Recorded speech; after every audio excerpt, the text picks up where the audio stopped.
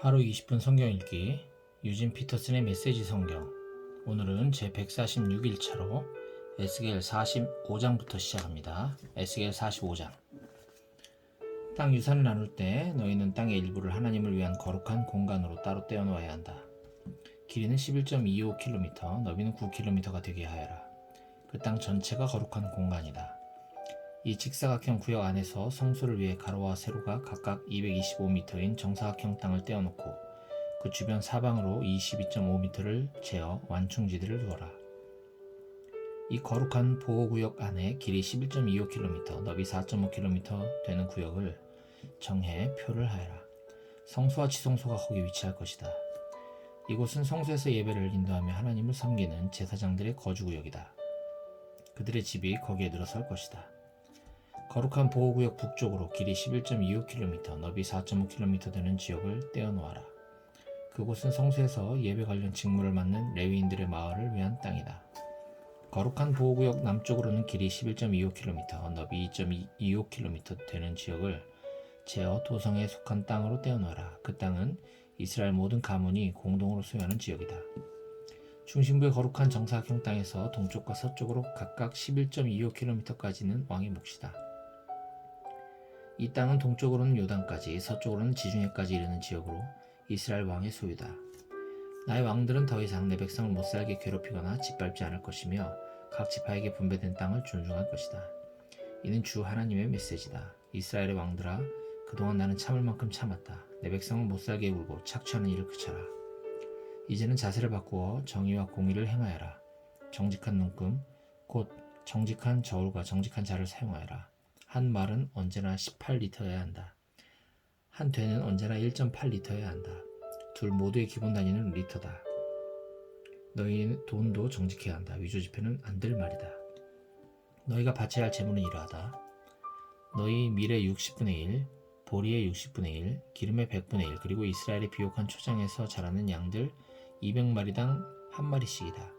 이것들은 백성을 위해 드리는 속죄제, 곡식제물, 번제물, 화목제물로 사용될 것이다. 주 하나님의 보고다. 이 땅 모든 사람이 이스라엘 왕이 관장하는 이 특별 봉헌에 참여해야 한다. 거룩한 축제일과 매달 초하루와 안식일, 곧 이스라엘 백성이 지켜야 할 모든 축제일에 바칠 번제물과 곡식제물과 부어드리는 제물을 마련하는 일은 왕의 몫이다. 이스라엘 백성을 위한 속죄제에 바칠 속죄제물, 곡식제물, 번제물, 화목제물을 마련하는 일은 그의 책임이다. 이는 주 하나님의 메시지다. 첫째 달 첫째 날에는 흠없는 숫송아지 한 마리를 골라다가 성소를 정결하게 하여라. 제사장은 그 속죄제물의 피를 가져다가 성전의 문기둥과 제단의 선반 내 모서리와 안뜰 문 입구에 발라야 한다. 그 달 7일에도 모르고 죄를 지은 자들을 위해 그와 같이 다시 한번 행하여라. 이렇게 성전을 위해 속죄하여라. 첫째 달 14일에 너희는 유월절을 지켜야 한다. 7일 동안 이어지는 이 축제 기간에는 누룩을 넣지 않은 빵을 먹어야 한다. 유월절 날에 왕은 자신과 온 나라 백성을 위해 송아지 한 마리를 속죄제물로 바쳐야 한다. 7일의 축제 기간 동안 그는 날마다 흠없는 숫송아지 7마리와 순양 7마리를 하나님께 번제물로 바치고 날마다 순염소 한 마리도 바쳐야 한다. 왕은 숫송아지 한 마리와 순양 한 마리를 바칠 때마다 20리터 상당의 곡식제물과 4리터 상당의 기름도 함께 바쳐야 한다. 일곱째 달 15일과 7일간의 축제 기간에도 그는 날마다 속죄제물과 번제물과 곡식제물과 기름을 전과 동일하게 바쳐야 한다. 에스겔 46장. 주 하나님의 메시지다. 안뜰 동쪽 문은 일하는 엿새 동안 닫아두되 안식일에는 열어야 한다. 그 문은 매달 초하루에도 열어야 한다. 왕은 그 문으로 들어와서 벽기둥 곁에 설 것이며 그가 거기 현관에서 예배하는 동안 제사장들이 그의 번제물과 화목제물을 바쳐야 한다. 그가 떠난 후에도 그 문은 저녁 때까지 닫지 말아야 한다. 안식일과 매달 초하루에는 백성이 그 문 바깥 입구에 모여 하나님을 예배해야 한다. 안식일에 왕이 하나님께 바칠 번제물은 흠없는 어린 양 6마리와 흠없는 순양 한 마리다. 순양과 함께 곡식제물 20리터와 기름 4리터를 바치고 각 어린 양에는 소량의 곡식을 곁들여야 한다. 매달 초하루 왕은 숫송아지 한 마리와 어린 양 6마리와 순양 한 마리를 흠없는 것들로 바쳐야 한다. 순양과 숫송아지를 바칠 때는 각각 곡식제물 20리터와 기름 4리터를 곁들이고 어린 양에는 소량의 곡식제물을 곁들여야 한다. 들어올 때 왕은 문 입구의 현관을 통해 들어와야 하고 나갈 때도 그 길로 나가야 한다. 그러나 정한 축제일에 이 땅의 백성이 하나님께 예배하러 올 때에는 북쪽 문을 통해 들어온 자는 남쪽 문으로 나가고 남쪽 문을 통해 들어온 자는 북쪽 문으로 나가야 한다. 들어온 문으로 되돌아 나가서는 안 되며 반대문을 통해 나가야 한다. 백성들이 들어오고 나갈 때 왕도 그들과 함께 섞여서 들어오고 나가야 한다. 축제일과 정한 축일에 바칠 곡식제물의 양은 20리터이며 숫송아지와 순양에는 기름 4리터를, 각 어린 양에는 소량의 곡식을 곁들여야 한다. 왕이 자원하여 하나님께 번제물이나 화목제물을 가져올 때에는 그에게 동쪽 문을 열어주어야 한다. 그는 안식일에 하듯이 자기의 번제물이나 화목제물을 바칠 것이며 그런 다음 떠나야 한다. 그가 밖으로 나간 다음에는 문을 닫아야 한다. 매일 아침 너희는 하나님께 바칠 번제물로 1년 된 흠없는 어린 양 한 마리를 가지고 와야 한다. 또 매일 아침 곡식제물로 곡식 4리터에 1.25리터의 기름을 부어 가지고 와야 한다. 이와 같이 하나님께 곡식제물을 바치는 것은 반드시 지켜야 할 율례다. 어린 양과 곡식제물과 기름을 번제물로 바치는 일은 날마다 행해야 할 의식이다. 주 하나님의 메시지다. 만일 왕이 자기 아들 중 하나에게 유산을 떼어서 주면 그것은 대대로 그 가문의 소유가 된다. 그러나 왕이 어떤 종에게 자기 유산을 떼어서 선물로 주면 그것은 해방의 해, 희년까지만 그 종의 소유가 되고 그 후에는 다시 왕에게 되돌아간다. 왕의 유산은 오직 그의 아들들의 것이며 대대로 그 가문의 소유한다. 왕은 백성 가운데 누구의 유산도 빼앗아서는 안 되며 그들의 땅 소유권을 빼앗아서도 안 된다. 그는 오직 자기 재산을 떼어서 아들들에게 줄 수 있다. 내 백성 누구도 자기 땅에서 내쫓기는 일이 있어서는 안 된다. 그런 다음 그 사람이 나를 데리고 북쪽 문을 통해 제사장들의 거룩한 방으로 가서 서쪽에 있는 뒷방 하나를 보여주었다. 그가 말했다. 여기는 제사장들이 속건제물과 속죄제물을 삶고 곡식 제물을 굽는 부엌이다. 바깥들에서 거룩한 그 일들을 하다가는 준비가 안 된 백성을 위험에 빠뜨리게 할 수 있으니 이곳에서 제물을 준비해야 한다. 그가 다시 나를 이끌고 바깥들로 가서 그 뜰에 내 모퉁이를 보여주었다. 내가 보니 모퉁이마다 뜰이 있었다. 바깥들 네 모퉁이마다 각각 길이 18m, 너비 13.5m 되는 작은 뜰이 있었고 크기는 모두 같았다. 그 뜰의 안쪽 벽에 돌로 만든 선반이 있었고 그 선반 밑으로 요리용 화덕이 놓여 있었다. 그가 일러주었다. 여기는 성전에서 섬기는 자들이 백성의 희생제물을 삶는 부엌이다. 에스겔 47장. 그가 나를 다시 성전 입구로 데리고 갔다. 내가 보니 성전 현관 아래쪽에서 물이 쏟아져 나와 동쪽으로, 성전은 동쪽을 향하고 있었다. 흘러가고 있었다. 물은 성전 남쪽면 제단 남쪽에서 쏟아져 나오고 있었다. 그가 나를 데리고 북쪽 문으로 나가서 밖을 돌아 동쪽 문으로 데리고 갔다. 물이 성전 남쪽 샘 아래서 용수 숨쳐 흘러나왔다. 그가 줄자를 가지고 동쪽으로 450m를 재면서 갔고 나는 발목까지 차오르는 물을 헤치며 따라갔다. 그가 다시 450m를 재면서 갔고 나는 무릎까지 차오르는 물을 헤치며 따라갔다. 그가 다시 450m를 재면서 갔고 나는 허리까지 차오르는 물을 헤치며 따라갔다.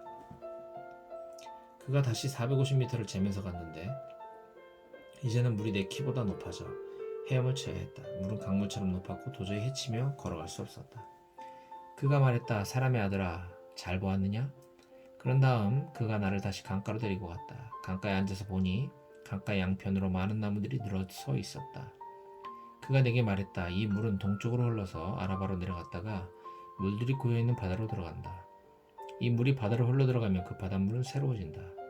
이 강물이 흘러들어가는 곳은 어디든지 생명이 엄청난 물고기떼가 가득하게 되는데 그것은 이 강물이 바다의 짠물을 단물로 바꿔놓기 때문이다. 이 강물이 흘러들어가는 곳에는 생명이 차오른다. 엔게디에서 북쪽 에네글라임에 이르기까지 어부들이 어깨를 나란히 하고 서서 해안선을 따라 그물을 내릴 것이다. 그 바다에는 지중해처럼 온갖 종류의 물고기들이 가득할 것이다. 그 늪과 습지들은 새로워지지 않고 계속 짠물로 남아있을 것이다. 그러나 그 강가 양편으로는 온갖 종류의 과일 나무들이 자라며 그 잎이 시들지 않고 열매도 끊이지 않을 것이다. 나무들은 때마다 신선한 열매를 맺을 것인데 성새에서 나온 강물이 그 나무들에게 흘러가기 때문이다. 그 열매는 양식이 되고 그 잎은 약재가 될 것이다. 주 하나님의 메시지다. 다음은 이스라엘 12지파가 유산으로 나누어 가질 땅의 경계선이다. 요셉은 두 몫을 가질 것이다. 나머지 지파들은 땅을 똑같이 나눠야 한다. 나는 너희 조상에게 이 땅을 주기로 엄숙히 맹세했다. 이 땅이 너희 유산이 될 것이라고 내가 맹세했다. 이 땅의 경계선은 다음과 같다. 북쪽 경계선은 큰 바다 지중해에서 시작해 헤들론 길을 따라 하맛 어기와 스닷과 브로다, 다마스쿠스와 하맛 사이의 시브라임, 더 나아가 하오란과 접한 하셀 핫디곤까지 이른다. 이렇게 북쪽 경계선은 지중해에서 하살 에논까지 이어지는데 그 위로 다마스쿠스와 하맛 지역과 접경하고 있다. 이것이 북쪽 경계선이다. 동쪽 경계선은 다마스쿠스와 하우란 사이에서 시작해 길르앗과 이스라엘 땅 사이의 경계인 요단강을 따라 아래로 가다가 멀리 동쪽 바다 다말까지 이른다. 이것이 동쪽 경계선이다. 남쪽 경계선은 다말에서 시작해 서쪽으로 무리붓가데스 샘을 지나 이집트 시내를 따라가다가 큰 바다 지중해까지 이른다. 이것이 남쪽 경계선이다. 서쪽 경계선은 큰 바다 지중해를 따라 북쪽으로 가다가 동쪽 하맛 어기로 접어드는 지점까지 이른다. 이것이 서쪽 경계선이다. 너희는 이 땅을 이스라엘 12지파별로 나누어라. 너희 유산으로 나누어 가지되 너희 가운데 자녀를 낳고 사는 거류민들에게도 몫이 돌아가게 하여라. 그들도 너희처럼 이 땅에서 태어난 사람들로 대우해 주어라. 그들도 이스라엘 지파와 함께 유산을 얻게 하여라. 모든 거류민이 각자 사는 지역에서 자기 유산을 받게 하여라. 주 하나님의 포고다. 에스겔 48장. 지파들은 이러하다. 단 북쪽 경계선에서 시작해 헤들론 길을 따라 하맛 어기와 하살 에논까지 곧 다마스쿠스 영토와 하맛을 북쪽으로 두고 동쪽에서 서쪽까지가 그들이 받을 몫이다. 아셀, 단 경계에 닿아있는 동쪽에서 서쪽까지가 그들이 받을 몫이다. 납달리, 아셀 경계에 닿아있는 동쪽에서 서쪽까지가 그들이 받을 몫이다. 므낫세, 납달리 경계에 닿아있는 동쪽에서 서쪽까지가 그들이 받을 몫이다. 에브라임, 므낫세 경계에 닿아있는 동쪽에서 서쪽까지가 그들이 받을 몫이다. 르우벤, 에브라임 경계에 닿아있는 동쪽에서 서쪽까지가 그들이 받을 몫이다. 유다, 르우벤 경계에 닿아있는 동쪽에서 서쪽까지가 그들이 받을 몫이다. 유다 경계에 닿아있는 동쪽에서 서쪽까지는 구별된 지역으로 너희는 그 땅을 거룩한 곳으로 따로 떼어놓아야 한다. 가로와 세로가 11.25km인 정사각형 지역의 중심에 성소가 자리 잡는다. 너희는 길이 11.25km, 너비 4.5km 되는 구역을 하나님을 위해 따로 구별해야 한다. 그 지역은 이렇게 나뉜다. 북쪽과 남쪽으로 길이 11.25km, 동쪽과 서쪽으로 너비 4.5km 되는 구역은 제사장들의 몫이다. 하나님의 성소가 그 중심에 자리한다. 이것은 거룩하게 구별된 제사장들인 사독의 자손들을 위한 구역으로 그들은 레위인들과 달리 이스라엘이 그릇 행했을 때도 바른 길에서 벗어나지 않고 한결같이 나를 섬겼다. 이것은 그들이 받는 특별 선물이요 이 땅이 주는 선물이며 지극히 거룩한 땅으로 레위인들의 구역과 닿아있는 지역이다. 레위인들의 구역도 제사장들의 구역과 같은 크기로 길이가 11.25km, 너비가 4.5km다. 이 구역의 땅은 단 한 평도 팔거나 거래할 수 없다. 이 땅은 가장 좋은 구역이며 무엇보다 하나님께 거룩한 곳이다. 거룩한 정사각형의 나머지 길이 11.25km, 너비 2.25km 되는 구역은 평범한 용도로 사용된다. 도성과 건물들을 세우고 도시를 중심으로 주위에 빈터를 둔다. 도성의 북쪽과 남쪽과 동쪽과 서쪽면의 길이는 각각 약 2.25km다. 112.5m 너비의 초장이 도성을 사방으로 둘러싼다. 거룩한 제사장 구역과 붙어있는 나머지 땅, 곧 도성의 동서로 각각 4.5km에 해당하는 땅은 농지로 사용하여 도성에 필요한 식량을 마련한다. 이스라엘 모든 지파에서 온 일꾼들이 거기서 땅을 경작할 것이다. 거룩한 목적을 위해 구별된 이 특별지역은 가로와 세로가 11.25km인 정사각형의 땅으로 거룩한 정사각형이다. 도성을 위해 구별된 구역도 여기에 포함된다. 이 땅의 나머지 곧 11.25km 길이의 거룩한 정사각형 구역에서 동쪽으로 요단강, 서쪽으로 지중해까지는 왕에게 속한 땅이다. 왕의 땅은 북쪽과 남쪽의 지파들이 받는 목들 사이에 끼어 있으며 성전을 중심에 둔 거룩한 정사각형 구역에서 동쪽과 서쪽으로 뻗어 있다. 레위인들을 위해 구별된 땅과 도성을 위해 구별된 땅이 왕에게 할당된 영토 한가운데에 자리한다. 거룩한 정사각형 구역은 동쪽과 서쪽으로 왕의 땅에 접해 있으며 북쪽과 남쪽으로는 각각 유다 영토와 베냐민 영토에 접해 있다. 나머지 지파들은 이러하다. 베냐민, 동쪽 경계선부터 서쪽 경계선까지 그들이 받을 몫이다. 시므온, 베냐민 경계에 닿아있는 동쪽에서 서쪽까지가 그들이 받을 몫이다. 이사갈, 시므온 경계에 닿아있는 동쪽에서 서쪽까지가 그들이 받을 몫이다. 스불론, 이사갈 경계에 닿아있는 동쪽에서 서쪽까지가 그들이 받을 몫이다. 갓, 스불론 경계에 닿아있는 동쪽에서 서쪽까지가 그들이 받을 몫이다. 갓의 남쪽 경계선은 남쪽 다말에서 시작해 무리바 가데스 셈에 이르고 이집트 시내를 따라 큰 바다 지중해까지 이른다. 이것이 이스라엘 지파들이 그들의 유산으로 나눌 땅, 그들이 받을 몫이다. 주 하나님의 포고다. 그 도성의 문들은 다음과 같다. 도성 북쪽면은 길이가 2km이며 문이 셋 있다. 도성의 문들은 이스라엘 지파의 이름을 따서 부른다. 르우벤문, 유다문, 레위문. 동쪽면도 2km이며 문이 셋이다. 요셉문, 베냐민문, 단문. 남쪽면도 2km이며 문이 셋이다. 시므온문, 이사갈문, 스불론문. 서쪽면도 2km이며 문이 셋이다. 간문, 아셀문, 납달리문. 도성 사면의 합은 8km다. 이 도성 이름은 이제부터 여호와 삼마로 불릴 것이다. 하나님께서 여기 계신다.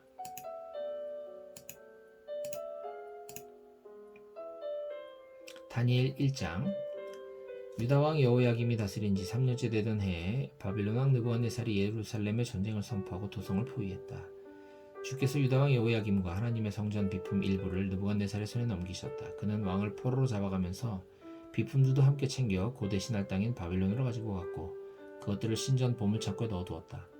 왕이 환관장 아스브나스에게 말하여 이스라엘의 왕족이나 귀족 출신 젊은이들 가운데 신체가 건강하고 용모가 준수하며 머리가 좋고 교양이 있으며 장차 나라의 지도급 인사가 될 만한 제목, 최고 인재를 골라 바빌론의 언어와 주술과 점수를 가르치게 했다.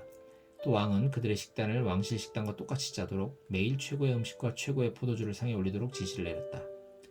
그들은 3년 동안 교육을 받은 뒤 왕궁 고위직에 임명될 예정이었다. 뽑힌 자들 가운데 유다 출신 젊은이 넷이 있었으니 그들은 다니엘과 하나냐와 미사엘과 아사리아였다. 환관장은 그들에게 바빌론식 이름을 지어주었는데 다니엘은 벨드사살, 하나냐는 사드락, 미사엘은 메삭, 아사리아는 아벳느고였다. 그런데 다니엘은 왕의 음식과 왕의 포도주로 자신을 더럽히지 않겠다고 마음먹고 환관장에게 왕실 음식을 먹지 않게 해달라고 청했다. 하나님의 은혜로 다니엘은 환관장의 총애를 받고 있었지만 환관장은 다니엘에게 경고했다. 내 주인이신 왕께서 어떻게 하실지 두렵네. 왕께서 친히 이 식단을 정해주셨는데 만일 그대들이 건강히 다른 젊은이들만 못하다고 보시면 분명 내 목을 베이실 것이네. 그러나 다니엘은 환관장 밑에서 다니엘과 하나냐와 미사엘과 아사리아를 돌보는 일을 맡은 감독관을 찾아가 호소했다. 부탁드립니다. 열흘 동안만 우리가 채소와 물만 먹고 지낼 수 있게 해주십시오. 그런 다음에 왕실 음식을 먹는 다른 젊은이들과 우리를 비교해보시고 그때 나타난 결과를 가지고 결정을 내려주십시오. 감독관이 그렇게 하기로 동의하고 열흘 동안 그들에게 채소와 물만 주었다.